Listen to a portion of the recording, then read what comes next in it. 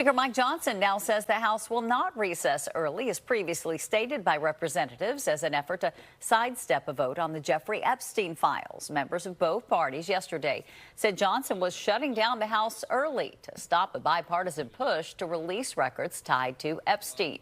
Johnson says the House schedule was decided way back in December of last year and that the House will be in session tomorrow. He also mentioned a motion to subpoena Epstein's longtime partner, Ghislaine Maxwell, for a prison interview. If they see fit to bring in Ghislaine Maxwell for testimony, that's fine. I will note the obvious concern, the caveat that Chairman Comer and I and everyone has, that could she be counted on to tell the truth? Is she a credible witness? Republican leaders recently unveiled a resolution that would urge the Justice Department to release more Epstein documents. A vote on the resolution is not expected to take place before the House is set to recess tomorrow. The Trump administration is rolling out a new roadmap for the future of AI. The president's AI action plan says that AI models should protect free speech and be, quote, founded on American values. The plan would also slash environmental regulations and other red tape in the hopes of speeding up construction of energy-hungry AI data centers. In a speech this afternoon, President Trump praised Silicon Valley's leadership. Because of the genius and creativity of Silicon Valley, and it is incredible genius. Without question, the most brilliant place anywhere on earth. America is the country that started the AI race. And as President of the United States, I'm here today to declare that America is going to win it. President Trump also called for a federal standard on AI laws. In his first days in office, President Trump signed an executive order eliminating AI guardrails that had been put in place by the Biden administration meant to protect public safety. So let's talk about this AI action plan, and let's bring back in Casey Ellis, the founder and CEO of BugCrowd, a crowdsourced security platform with a headquarters in San Francisco. 2 days in a row coming on, Casey. It's great to have you. Hello again. Yeah, absolutely. We appreciate the time. Nice to see you again. So what do you make of President Trump's AI action plan here? How far do you think this goes in terms of helping the U.S. dominate in the global AI race? Yeah, it's very focused on exactly what you just said there, like maintaining and even kind of furthering U.S. dominance when it comes to foundational and frontier AI. And just AI in terms of how it's applied to basically everything as we go forward.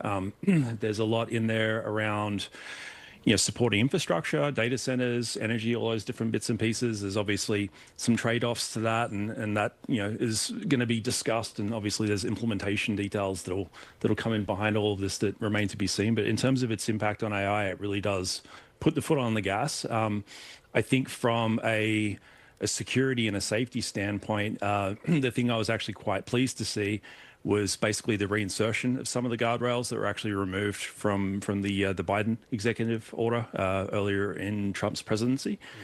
There's a few things that have been put back in there that I think are pretty valuable and pretty important from a safety standpoint. And there's also a lot of mention in there around security and kind of the data integrity and the security of these systems. So there does seem to have been some balance applied to this idea of, like, we want to go fast, but we want to try to do it as safely and as securely as we possibly can. Yeah, so I mean, I'm getting the sense that you do feel like the administration here is going to be able to kind of walk that fine line as we talk about here. You can cut some of the regulations to help spur more innovation in the AI field, but you also but address still like the ethical and the safety concerns that we all have around this technology.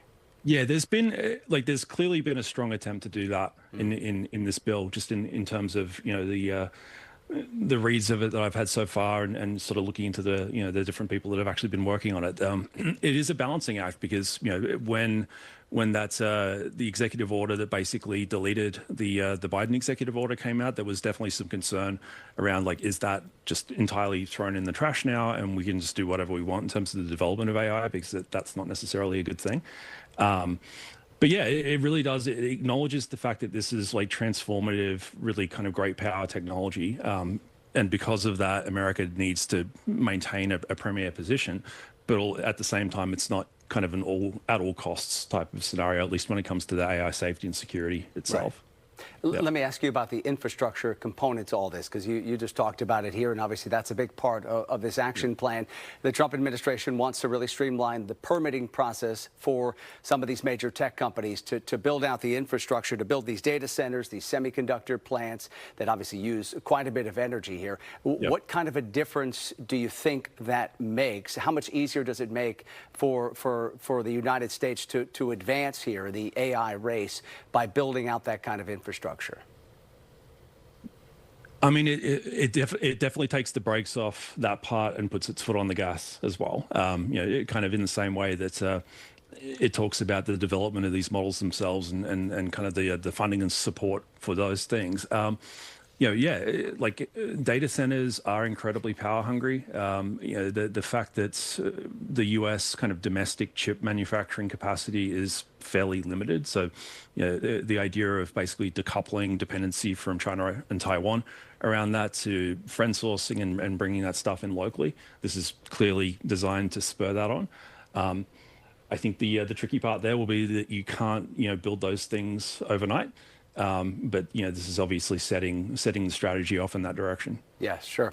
Let me ask you about one thing here. I mean, when you look at this AI, this global AI race, the United States' main competitor obviously is China here. And I want to get your thoughts on something that happened last week. This wasn't necessarily part of the announcement today, but last week the Trump administration said that it was going to allow Santa Clara-based chipmaker NVIDIA to start selling some of its advanced AI computer chips to China after those sales had been restricted for quite some time.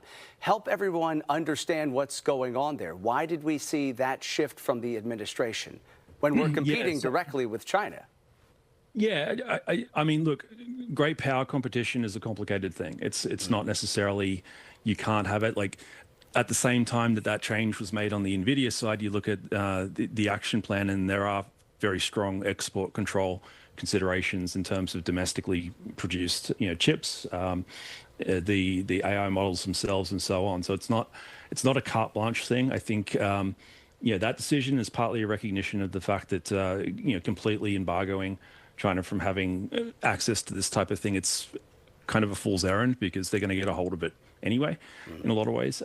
So how do we negotiate around that? How do we try to establish areas of common ground where we can be cooperating at the same time as being acutely aware of obviously all of this competition going on? Yeah. All right. I appreciate the perspective here. A lot of important issues for us to be thinking about here moving forward. Casey Ellis with Bug Crowd. Great to have you on once again. Thank you. Cheers, Alex. Take care.